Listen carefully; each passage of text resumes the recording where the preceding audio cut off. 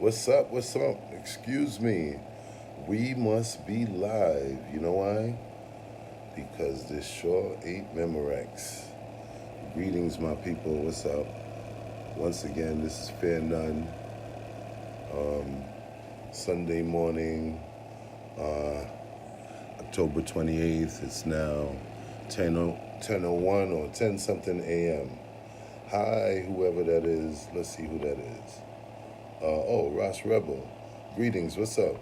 Um, Yeah, I'm just dropping another uh, vlog entry. This is my continuing contribution. Greetings, Rush Rebel, to you know, to the world. Just trying to give you guys a little outlook on the way I see the world. Anyway, without any further ado, check it out. October 28th, 2018, 10:03 a.m. I come from great people. Greetings. Welcome to my vlog, which is a continuing expression of how I, as one individual, view this beautiful prison plane that we are living on, and what the challenges are with its people, and what we, the good people of the world, who have chosen to be that way on our own, without coercion, to make ourselves better people, thus contributing to the overall better well being of us all. The first thing that I want to say is that I am thankful to my mother and father of all creation. If there's a father, there must be a mother. The wonderful creators of all things good and bad. I'm so thankful for this experience. Especially now because for the entire earlier portion of my life, I saw my life as a living horror, a nightmare. There was so much to understand, yet there was so much that I did not know. And today I'm going to speak to you about me and how I got to be the way that I am. And I know that a lot of you don't understand me, and for a long time I didn't either. I'm on a path that a lot of you don't understand. Everyone is the way they are for a reason, and I've spent a lot of time trying to understand my life. Now, after much contemplation, I do. A lot of you are not going to want to hear this, and you probably have better things to do. Go ahead, I understand. However, I do plan to accomplish some big things in the future, and I just thought you might be interested in knowing how it happened. History is being written as you and I, or as you are listening to me right now, and we are all the history makers of today. Perspective is everything, and it could make the difference in the type of person that one might become. I wouldn't have ever said it back then as a youth when I was going through the things that I did, but I'm thankful for all of my experiences, all of them. I always wanted to do what I'm presently doing at a very young age. That is, to be in a position to affect the world in a really positive way using knowledge. I grew up admiring men like Frederick Douglass, Marcus Garvey, D. Hamilton Jackson, and women like Queen Mary and Harriet Tubman. These were all great liberators of my people. The reason I felt such an affinity for all these people is the fact that these people possessed qualities about themselves that were unique, considering the times that they lived in and the odds that they faced that were totally against the possibilities of them ever becoming who they actually became. The indignities, the shame, the horrors, the challenges, the uncertainties, it all must have been tough. All of them, the challenges, would have made the average person turn tail and run, or they could have potentially fallen victim to the conditions that were against them and just gone along with the status quo as a result. But they didn't do that. To them, life had to mean something. They, as individuals, had to have a purpose and make their individual marks on the world. These are people, these are the people of old that has had the most lasting impact upon me, which at a very young age I was intuitively tuned to a frequency and a general propensity towards righteous action. Looking back, I have to say that although my upbringing was tough and my parents were extremely hard on me when it came to discipline, although I was beaten almost every single day of my life until I decided that I wasn't going to willingly accept another beating from anyone again at age 13 when I eventually emancipated myself from my parents. They had done a really good job with me, I have to say. I was prepared for life. I was as prepared for life as I was ever going to be when I lived under their separate roofs for the last time at that age. Before I left, as always, I took whatever lessons that were freely given to me by then. At age 13, amazingly enough, I was prepared to face life with my head up and shoulders back. I could cook, clean, wash, and read and write with proficiency. I had self confidence, enough self confidence to face any situation, and I knew how to take responsibility for my actions. I did not make excuses for my failures. At the time, I did not know how much of an influence these people, my parents, had on me to make me as strong as I was. All I could see was their apparent failures as individuals to me. Excuse me 1 second. As individuals to me. One thing they did not fail at, I must admit, is that there are many attributes of their respective characters that rubbed off on me in good and bad ways, mostly good. For instance, my father's probably the smartest, non-formally educated man that I know. I think he has a seventh grade formal education. His resume says differently though. Hold on 1 second, I just keep getting these prompts for updates on my computer. His resume says differently though. If you ever met him, you would never question his education level. He's that well read and well spoken.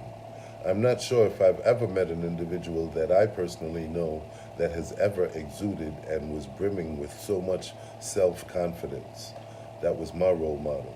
There was nothing that I think my father ever thought that he could not do. And my father was never a joiner of anything. If anything, people was going to join him. My father never seemed afraid of anything. I've never seen him compromise himself to anyone for anything. He always stood his ground, and he always was and always will be a fighter. Not really in the fighting sense, but his attitude towards life. He's a fighter, you know. Even though we don't get along, we got to give him his props. That said, he's got some really bad ways that I don't care to get deep into. One thing that stands out that I never liked about him but learned from and converted that energy into something positive in my development is that my father is aggressive, at least when I was in his life. Not physically, but he was very intimidating to others in his manner. If I or anyone else could say whatever we want about him, but one thing for sure is that he knew how to get what he wanted, however he had to get it. And his methods did not take to my spirits very well. I have to admit, though, that they were effective. My father has always been a hard worker, and that's where I get my work ethic from. He taught me the value of work at a very young age. He took me to work with him everywhere he went and gave me responsibilities. I was not allowed to speak slang words. He gave me responsibilities as a youth when I went to work with him. I didn't have coloring books and stuff like that. If he went on a cooking job or something like that, what I had to cut all the onions. I had to cut the what you call it, the potatoes, or I had to bag the pickles. You know, we talking about like a 5-year-old, you know? Anyway, I read proficiently from any dictionary at age 5 because that's what my father would tell me. Get a book. I was required to have a book in my hand at all times and I was not allowed to play with when I was not allowed to play with my friends. I was allowed to play with my friends, but when I wasn't, I had to have a book. I was raised with respect for my elders and to say please and thank you and excuse me and not to sit around in front of elders while they were discussing their business. My mother is the opposite of my father with regard to her outlook and her approach to life. I never got a chance to tell her this because we had a strained relationship for most of my entire life, and she passed on earlier this year to another realm, but she was one of the most inwardly beautiful characters I've ever known, definitely to a fault. She was an empath. She always made other people's problems her own, and if there was anyone who really cared about anyone's problems, it was her. So that's where I get that from. I've been trying to spend a lifetime trying to unlearn that. I think that helping others made her forget her own problems. All my mother ever really wanted in life in exchange for all her kindness that she showed others was to be genuinely loved and appreciated by the people she placed so much value in. To me, it did not seem like much to ask because I personally am witness to my mom going to amazing extremes for the people she cared about. And I do not count myself among that lot. And I don't count my siblings among that lot either, because somewhere in the midst of all of that, we were neglected to some degree. Unfortunately, she failed in that area. Who's that? Let me see. Oh, Natalie. What's up, Nat? How you doing? Anyway, maybe you could catch the rest of it later after I'm done. Unfortunately, she failed in that area. But when it came to preparing us for life and teaching us values, my mom was a boss. For real. Never mind my father, I feared my mom. And if anyone would have ever even accused me of any immoral activity whatsoever as a child, I fear that I would not be here right now. It was that serious. Looking back, I do not blame my mom for anything. I know she tried her best.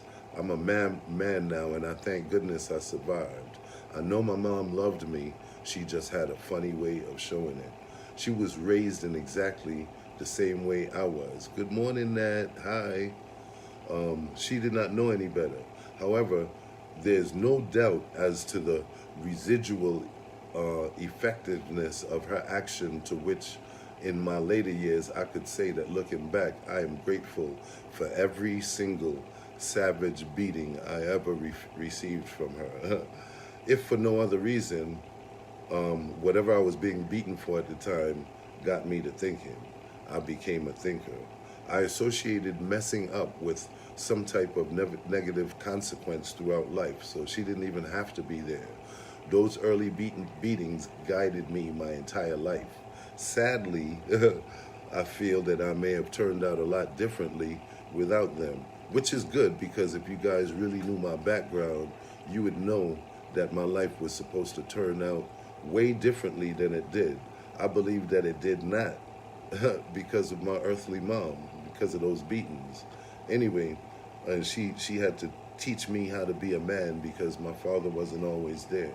Anyway, I get my spirituality from my maternal grandmother. Yeah, I heard lots of stories about when my grandmother was younger. She was something else. But by the time I'd come along, she was a totally different person, a saint. She had already raised 9 children, and I was her oldest grandson, born on her and her husband's birthday and her sister's birthday. So I was a gift from the Almighty to them, and they both had really high expectations of me. My grandparents were already separated by the time I was born, and they lived thousands of miles from one another. But I spent plenty of meaningful time with them both by the time I emancipated myself as a minor and was subsequently turned over to the custody of the state until I became of age. I grew up in both New York City and St. Thomas, the United States Virgin Islands, and they were both great places to grow up as a young man at the time that I did. And despite the hardships, I would say that I had a wonderful life. And again, I'm so grateful for this entire experience, all of it, no matter what. Anyway, whenever I was in the VI, I lived in Old Tutu with my grandmother. Almost all my mom's younger siblings had moved out. I had an older sister and a younger one who were in the household at times. Sometimes they were in the States. And when I moved to the States, I finally started attending school. I already fully knew how to read and write on the first day because my auntie Nora had already taught me, so I had an advantage over the other children despite the fact that I started school early. And to my grandmother and my aunts and uncles, I must have been the cutest little thing, and they all put a lot into me in terms of my development. But it was my grandmother who introduced me to and made me have a relationship with the Almighty. She is where I get most of my foundation of right and wrong. That's where it comes from. And I forever have her to thank for that. Otherwise, I probably wouldn't have even known anything about the Most High. I was raised in a Seventh-day Adventist home, and my grandmother is the one who first introduced me to the strict dietary laws of the Most High. Um, we observed the Sabbath every Friday evening without fail and discussed the Bible and matters of the Spirit and being a good person while being on this plane. We would discuss the promise of salvation for all who resisted the wicked temptations of this world.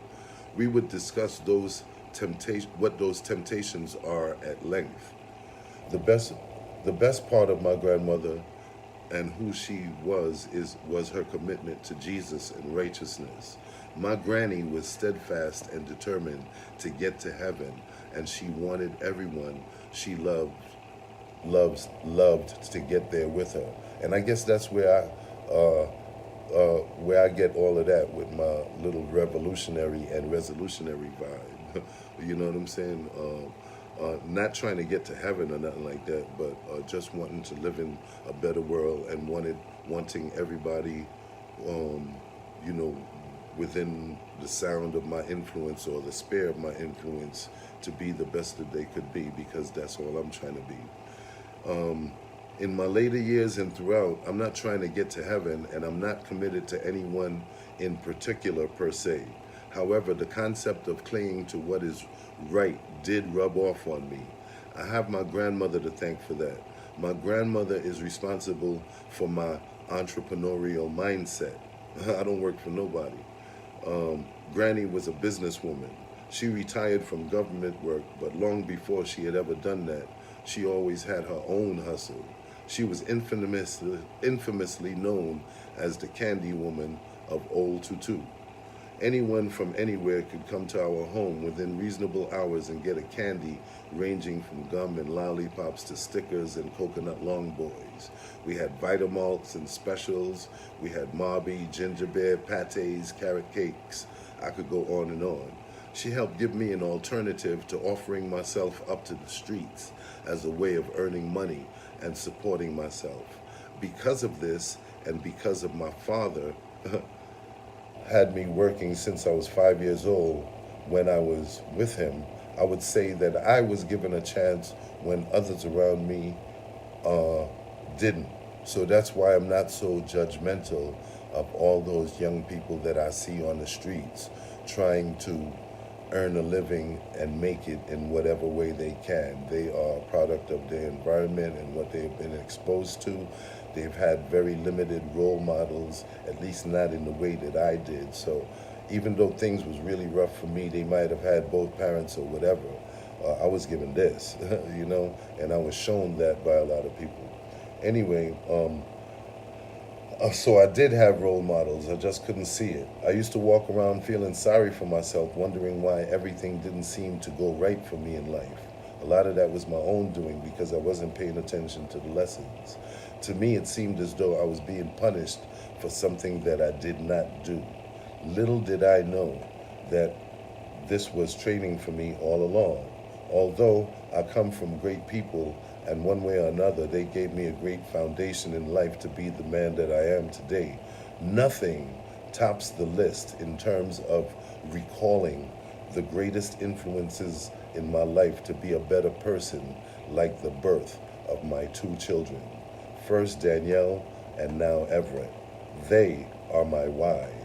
Their birth marked the beginning. You keep popping in and out, Natalie. It's like your Wi-Fi is gone or something. I'm responsible for the development. Now I'm in the same position that my parents were once in.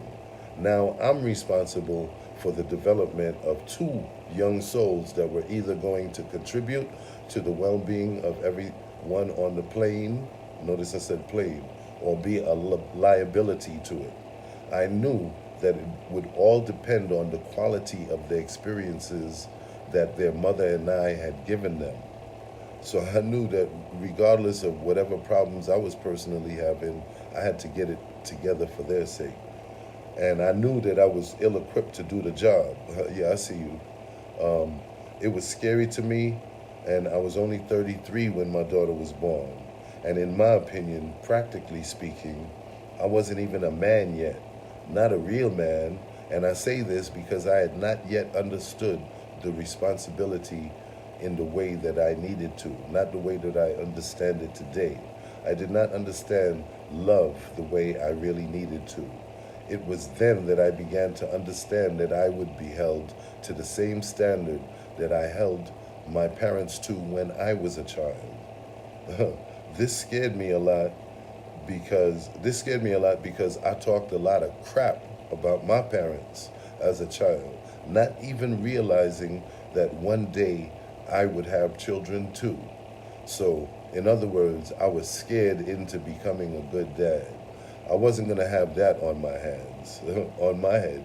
So my children are responsible for the majority of the growth that I've experienced in the past almost 15 or 16 years. And the period in my life that I am now, I'm wrapping this up now, living, is being used as a time of reflection. It is a time that I'm using to structurally integrate all of my experiences and the insight that I've gained from it, and by way of action, utilize it not only for my own well-being, but for that of others. This is my greatest desire, to realize my own full potential and to be an example for others wishing to be the same. I am a resolutionary writer and speaker, but I'm formerly a revolutionary. I have consciously changed my energy to reflect the type of person I want to be and the type of life that I want to live. I bend the knee to no man or woman. I consciously serve truth and none other. My great work is now to help bring the people of the world closer together using the benefit of knowledge, a seemingly impossible task. Many people have told me, they still often do, that it cannot be done. I don't know why, but I just don't believe them. That is why I'm so grateful that I awaken each and every day, getting another chance to give back some of the insight that's been given to me through all of my experiences, validates me as a person, and whether it seems as though I am successful in my endeavors or not, I am still grateful for another opportunity to try. Truthfully, I know that I make a significant impact on those around me every day. They do not have to honor me in order for me to receive my validation. First of all, I'm self-validated. If I wasn't, I would have committed suicide a long time ago because nobody wants to give Jack his jacket. Secondly, I see the effect of my handiwork around me every day, especially in my children. That's all I wanted to say to you guys today. I have a lot more, but I'll save it for another time. Until next time, take care of yourselves and each other, and then I'll pick up where I left off, make another contribution. This has been another Fear None Everlasting production.